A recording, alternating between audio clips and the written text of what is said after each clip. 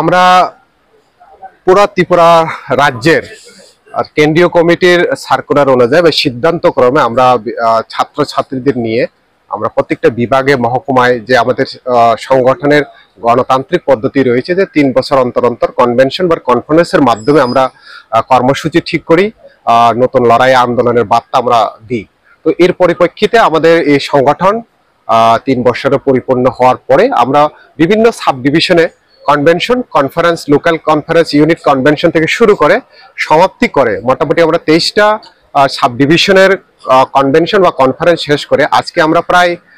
1000 মতন ডেলিগেট নিয়ে আজকে আমরা কেন্দ্রীয় কমিটির এখানে কনভেনশন করতে যাচ্ছি আগরতলা দশহরা দেব ভবনে। আমাদের মূল যেটা বিষয় বা যে বিষয়কে নিয়ে আমাদের করা সেটা হলো, আপনারা জানেন বিজেপি আইপিএফটি ত্রিপুরা মথায়ন কেন্দ্রে বিজেপি সরকারের আমলে শিক্ষা ক্ষেত্রে আজকে দেখা গেছে জাত নিয়ে, ধর্ম নিয়ে শিক্ষাকে আজকে সেই ধর্মীয়করণ করার প্রচেষ্টা, তার বিরুদ্ধে আওয়াজ তোলা। যে ককবরক ভাষাকে বিগত বামফ্রন্ট সরকার 1987 আসার পর 1979 রাজ্যের ভাষা হিসেবে মর্যাদা দিয়েছেন, সেই ভাষাকে সংবিধানের 8ম তফসিলের অন্তর্ভুক্ত করা, ছাত্রছাত্রীদের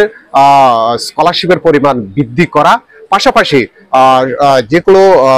বিশ্ববিদ্যালয় বলুন, বিদ্যালয়গুলো যেগুলো ককবরক বিষয়ে ভ্যাকেন্সি পোস্ট রয়েছে প্রফেসর বা পিজিটি নিয়োগ করা, এবং যে আমাদের মূল দাবি সবার জন্য শিক্ষা, সবার জন্য কাজ, এই দাবিগুলোকে ভিত্তি করেই আজকে আমাদের টিএসসির কেন্দ্রীয় কমিটির যে কনভেনশন, রাজ্যের বিভিন্ন প্রান্ত থেকে কলেজ পড়ুয়া,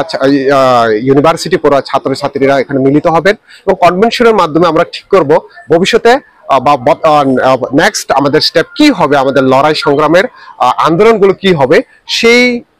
কর্মসূচিগুলো ঠিক করার জন্য মূলত আজকের আমাদের টিএসসির কেন্দ্রীয় কমিটির এখানে কনভেনশন।